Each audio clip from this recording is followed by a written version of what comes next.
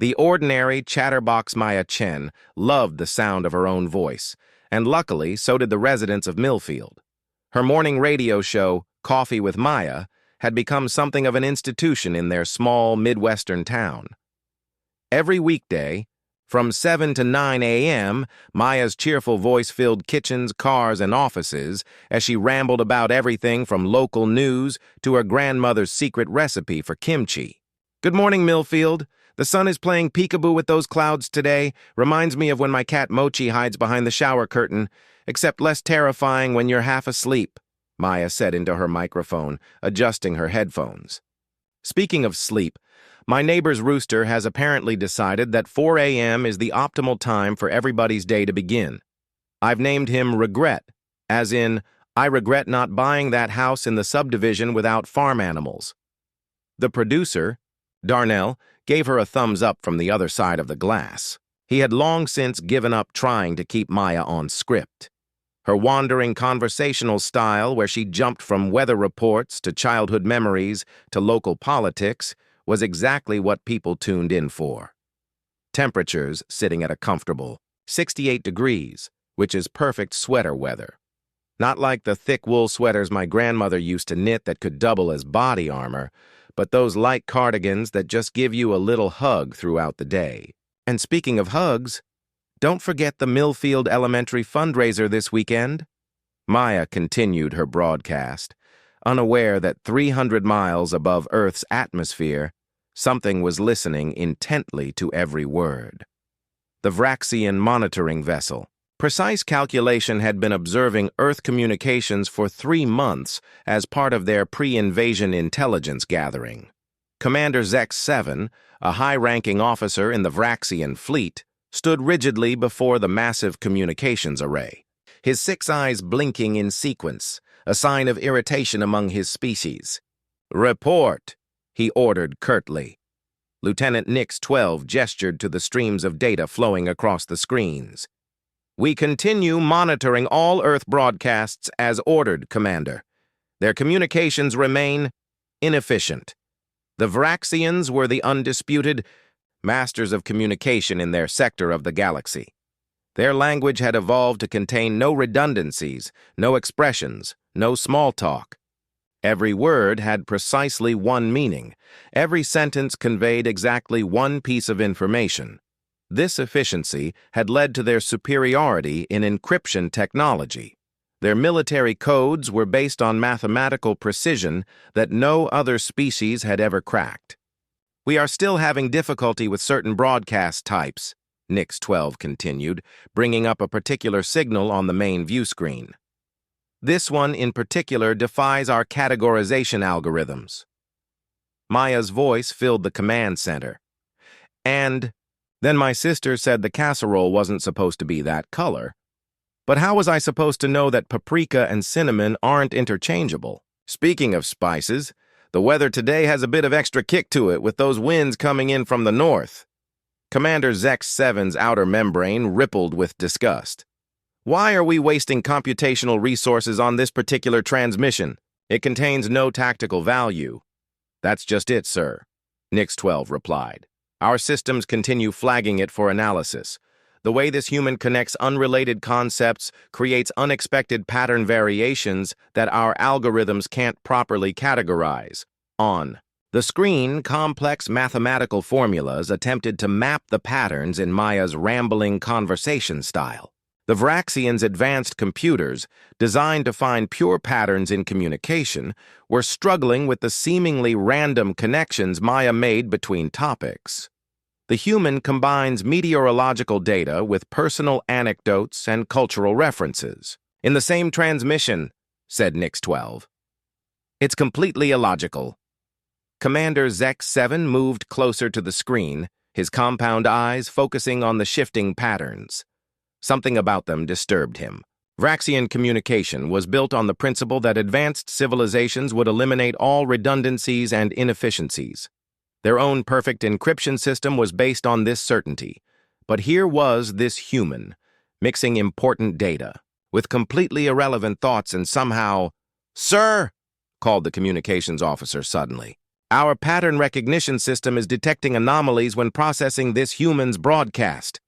Commander Zek-7 watched as their quantum computer attempted to process Maya's latest weather report, which included a story about her first disastrous attempt at making sourdough bread during quarantine. The ship's encryption algorithm showed signs of stress, its perfect patterns developing tiny irregularities as it tried to separate signal from noise. "Impossible," he muttered. "Their technology is primitive. Their communication is imprecise. But the evidence was there on the screens.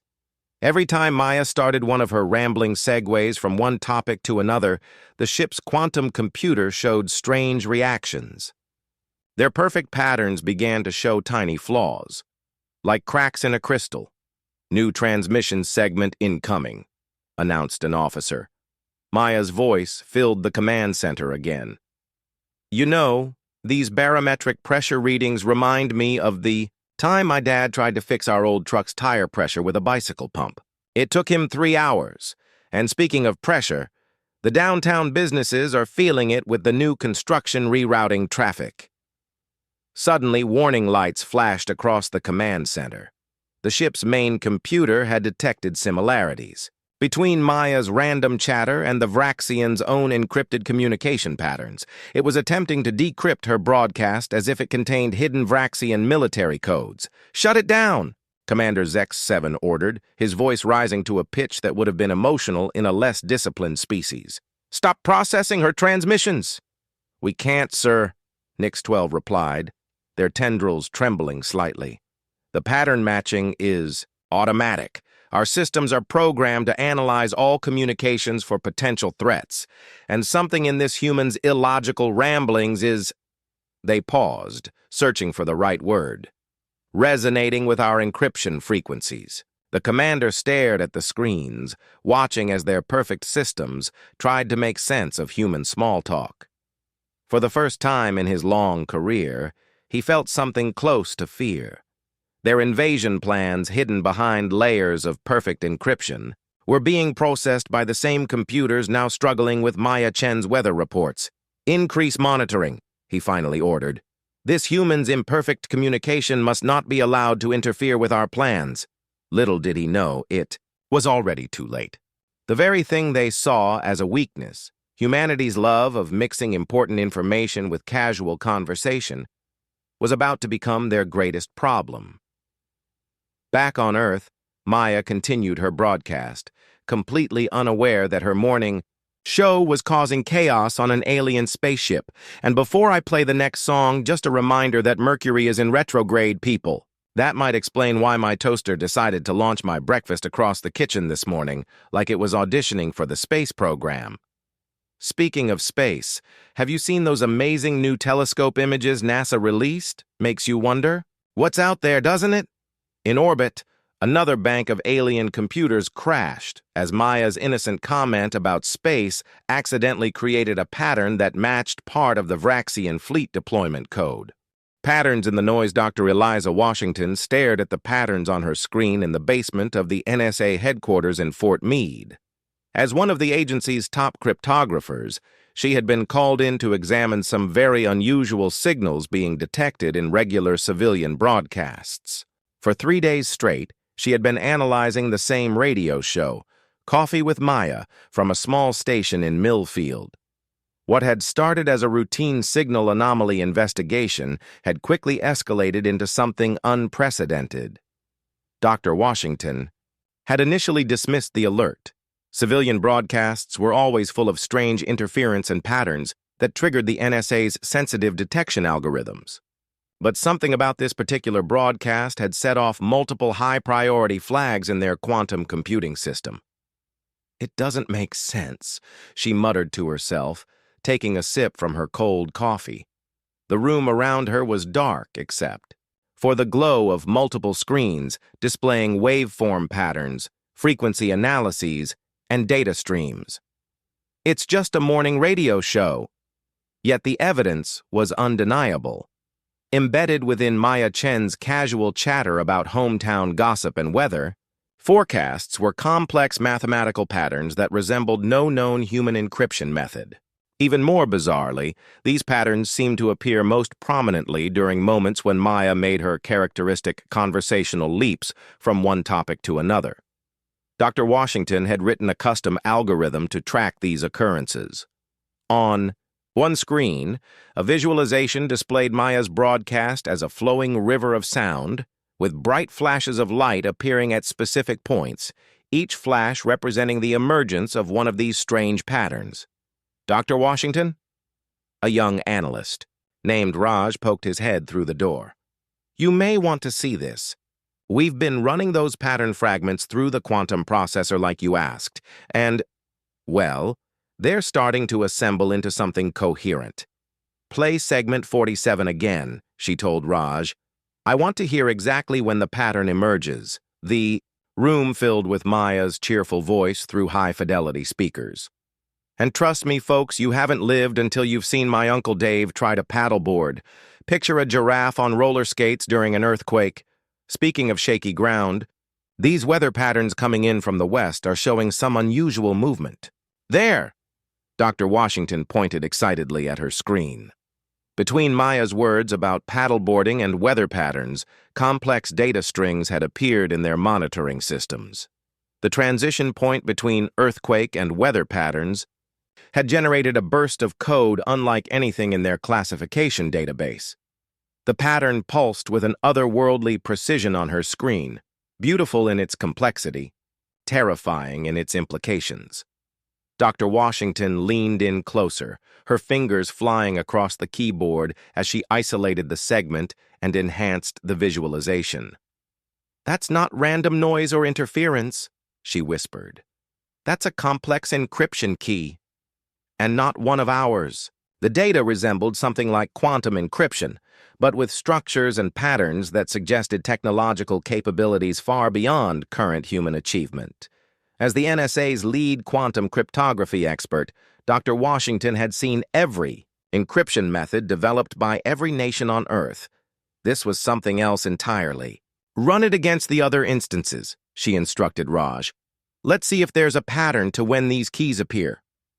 On the main display, dozens of clips from Maya's shows over the past 3 weeks appeared as waveforms. Red markers highlighted each instance where these strange patterns had emerged. Dr. Washington stood up slowly as the correlation became clear. It's the transitions, she said, almost to herself. Every time she makes one of those speaking of connections, jumping from personal anecdotes to weather or news, that's when the pattern appears. The more unexpected the connection, the more complex the key that emerges. It happens every time she makes these random connections, Dr. Washington explained to the room full of analysts and military personnel.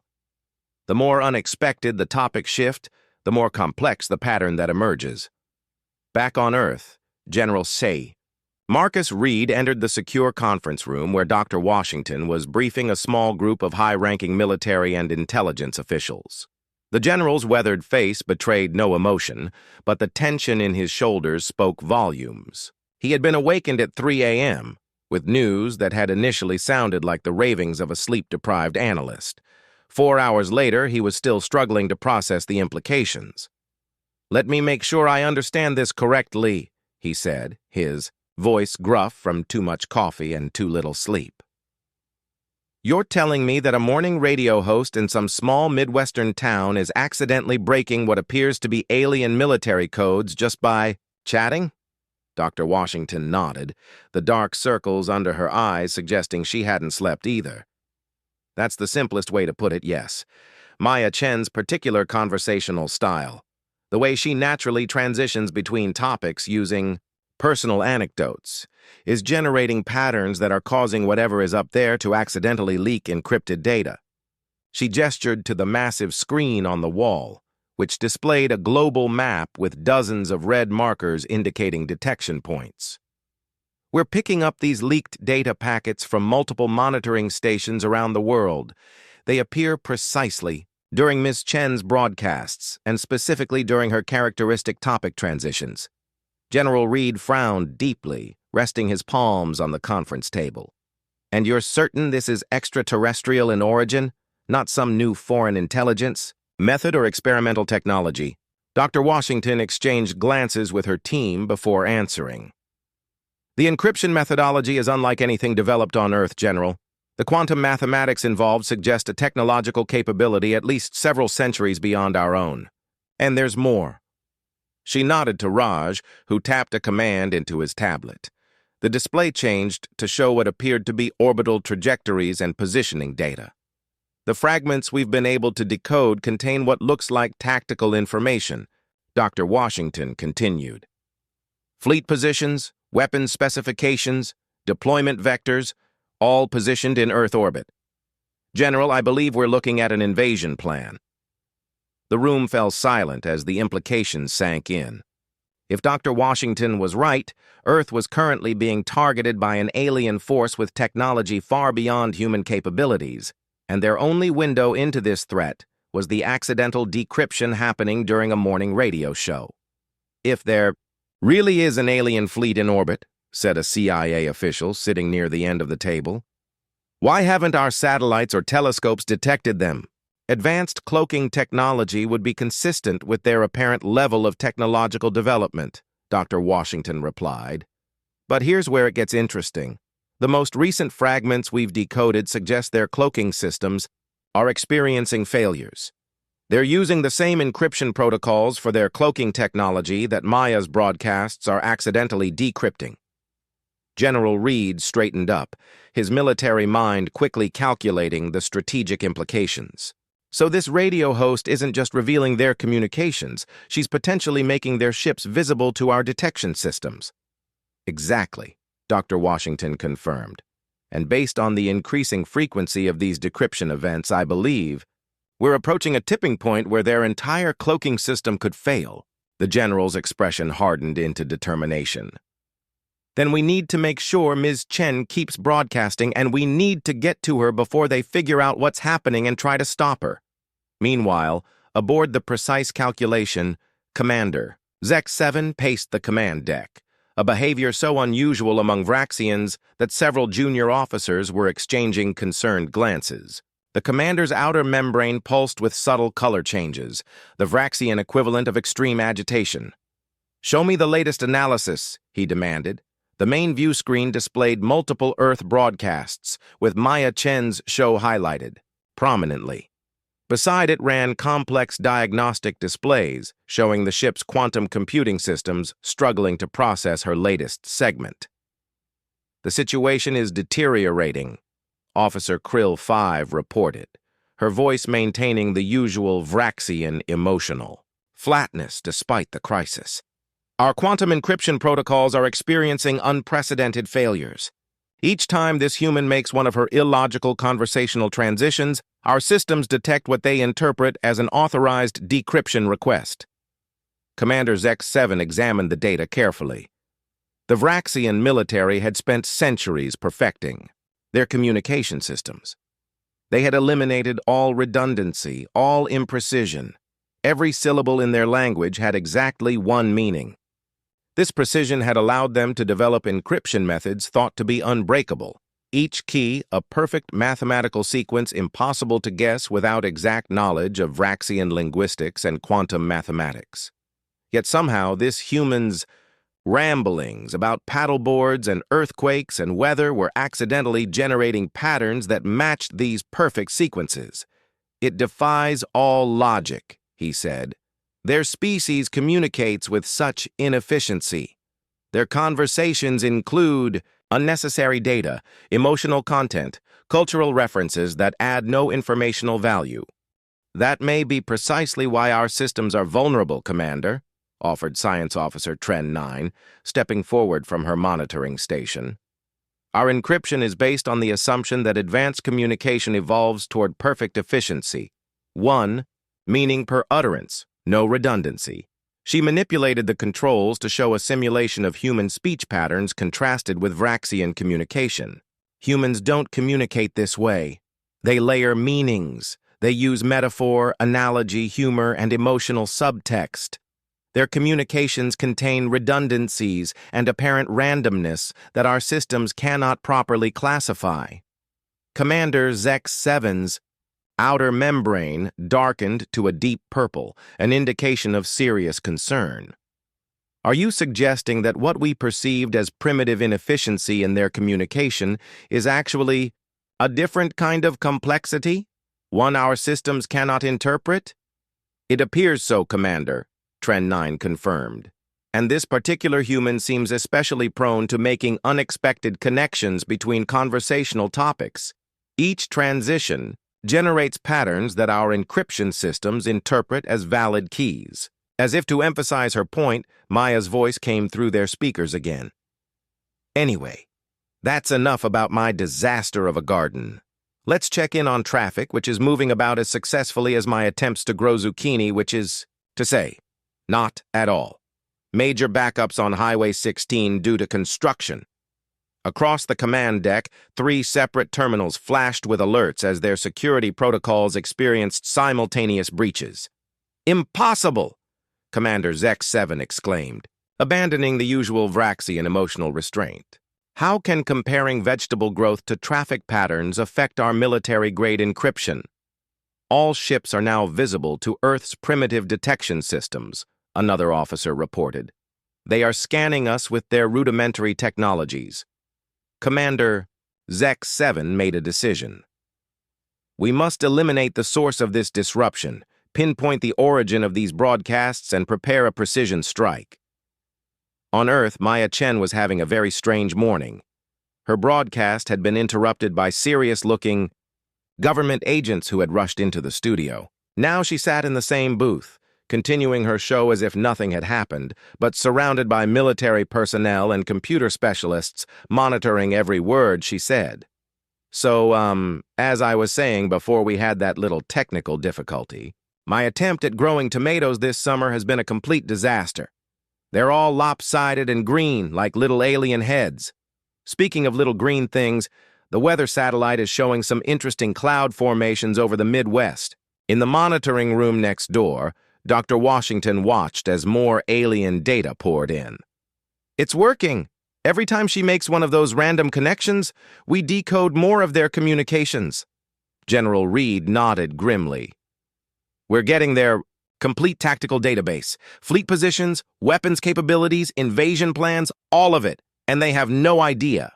But aboard the Vraxian command ship, they were beginning to understand exactly what was happening.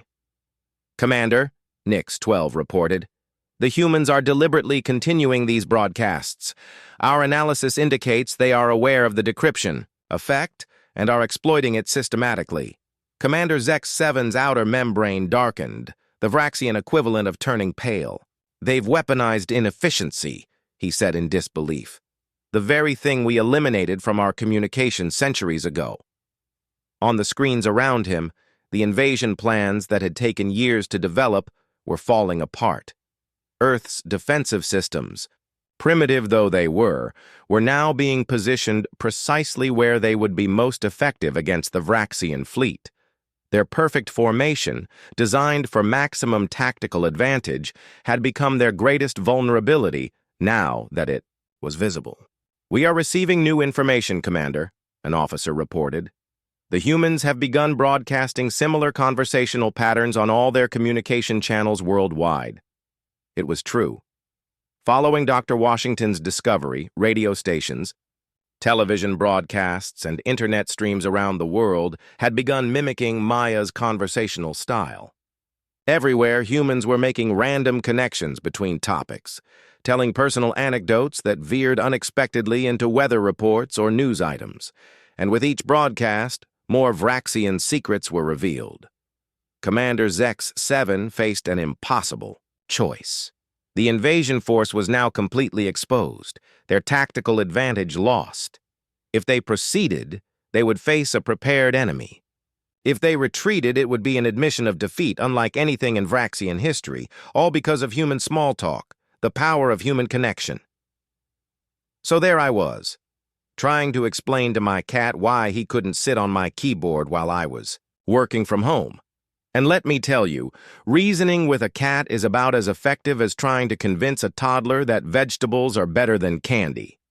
Speaking of candy, did anyone try those new seasonal flavors at Joe's Ice Cream downtown? The maple bacon one sounds weird, but it's actually amazing.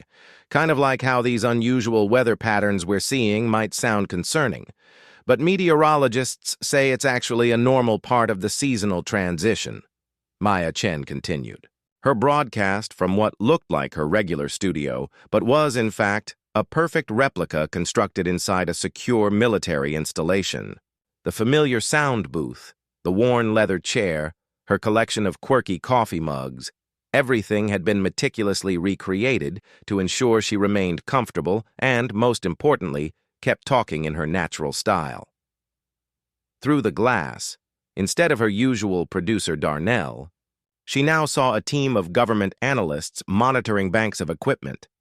Dr. Washington had personally explained the situation to Maya, how her particular way of speaking was somehow interfering with alien encryption systems, revealing their invasion plans and potentially saving humanity. To her credit, after the initial shock, Maya had taken the news with remarkable composure.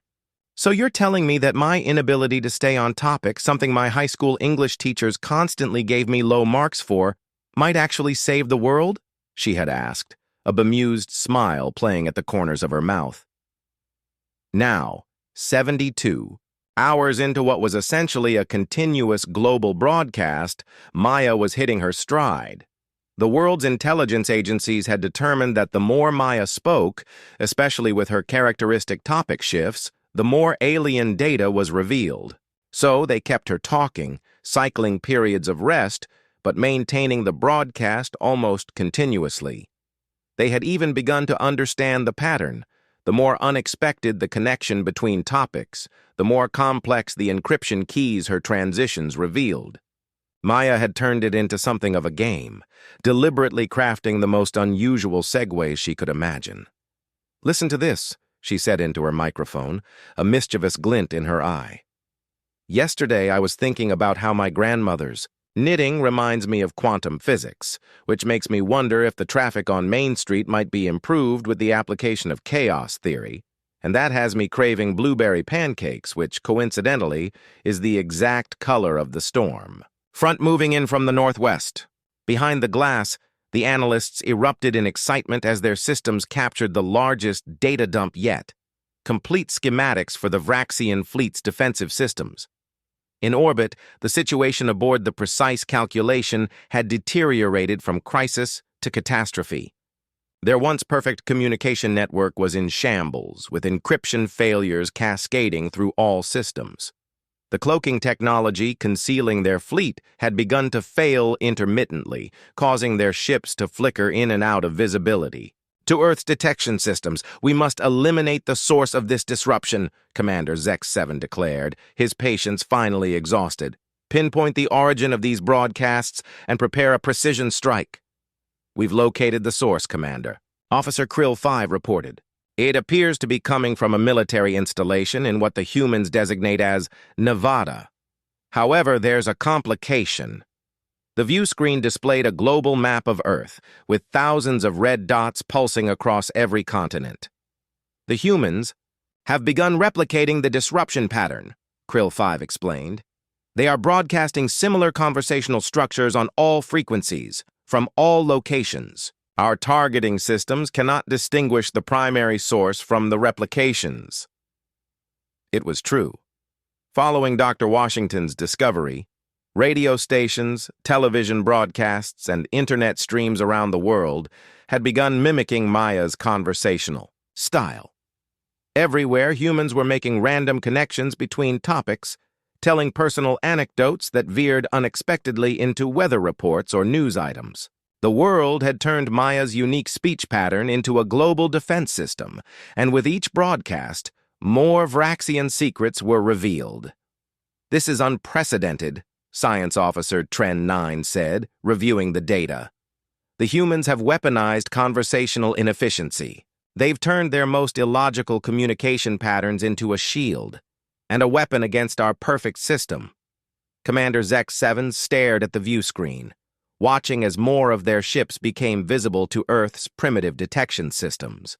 The invasion fleet that had arrived in perfect formation, hidden behind perfect technology, was now exposed and vulnerable.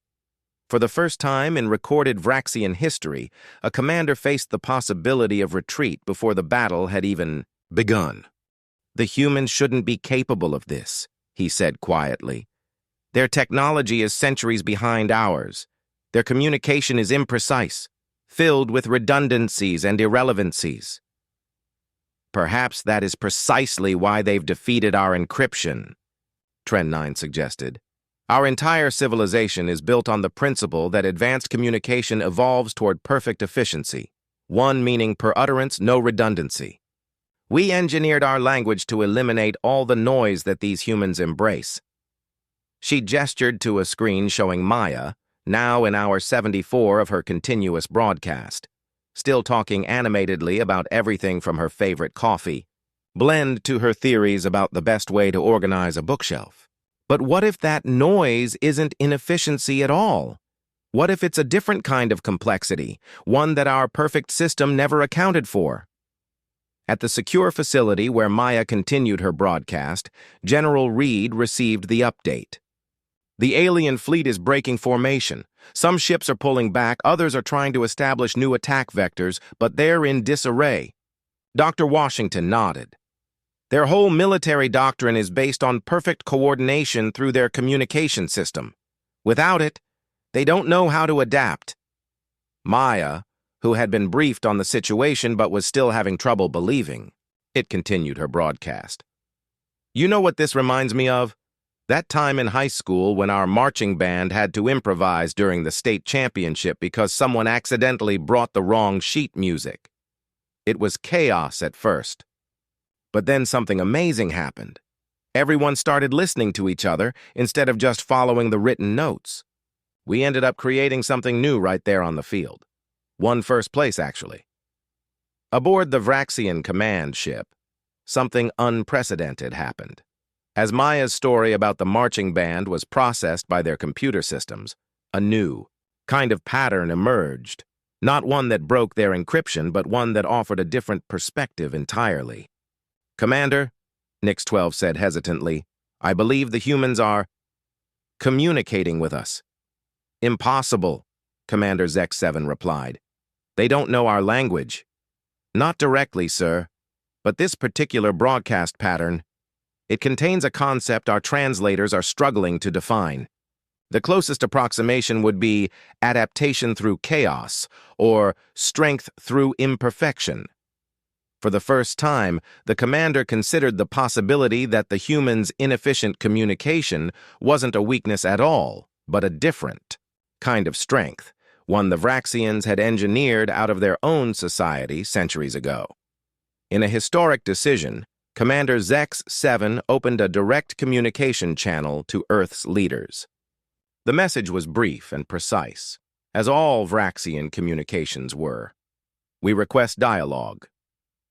What followed was the most unusual first contact in human history. The Vraxians, masters of perfect communication, found themselves negotiating with a species that valued the meandering path of conversation as much as its destination. And at the center of it all was Maya Chen, whose morning radio show had accidentally saved Earth from invasion. 6 months later, Maya's show had a somewhat larger audience. Coffee with Maya was now broadcast not only to Millfield and Earth, but was also being studied extensively by Vraxian communication specialists who were trying to understand how humans derived meaning from seemingly unconnected topics. "Good morning, everyone. Earth temperature is a chilly 45 degrees today, which reminds me of that time I went camping and forgot to pack extra socks. My grandfather always said there's nothing worse than wet socks when you're miles from nowhere." Speaking of nowhere, I had the most interesting conversation with Ambassador Zex-7 yesterday about the concept of small talk. The Vraxians had withdrawn their invasion fleet, but had established a diplomatic presence on Earth instead. Their cultural exchange was focused primarily on communication, the perfect precision of Vraxian language meeting the beautiful chaos of human conversation. Dr. Washington, now heading the new Department of Xenolinguistics, had explained it to world leaders. "What the Vraxians see as inefficiency, we recognize as creativity. The connections we make between seemingly unrelated topics aren't just random noise. They're the foundation of metaphor, innovation, and ultimately human connection. The Vraxians were beginning to understand this too. Their society, for all its technological advancement, had engineered out the very thing that made human communication so resilient. Its beautiful imperfection, its ability to find meaning in the spaces between words, in the unexpected connections between ideas. In her broadcast booth, Maya smiled as she looked at the small translator device on her desk, designed to help her Vraxian listeners follow her conversational style.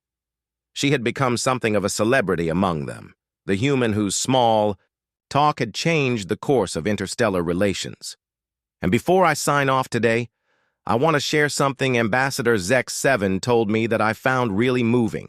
He said that in all their centuries of perfecting communication, the Vraxians had forgotten one essential truth, that sometimes the strength of a message isn't in its efficiency, but in its humanity. Speaking of humanity, don't forget the community picnic this weekend. I'm bringing my infamous potato salad, which, let me tell you, is nothing like my grandmother's recipe. In orbit, aboard the diplomatic vessel that had once been the invasion flagship, Commander Zex-7 listened to Maya's broadcast and for the first time in his life understood the value of small talk. The Vraxians had sought perfect communication for millennia, eliminating all redundancy and inefficiency. But in doing so, they had created a perfect weakness, one that a small-town radio host had accidentally exploited simply by being herself. Sometimes the greatest strength comes not from perfection, but from the beautiful, unpredictable connections that make us human. The end.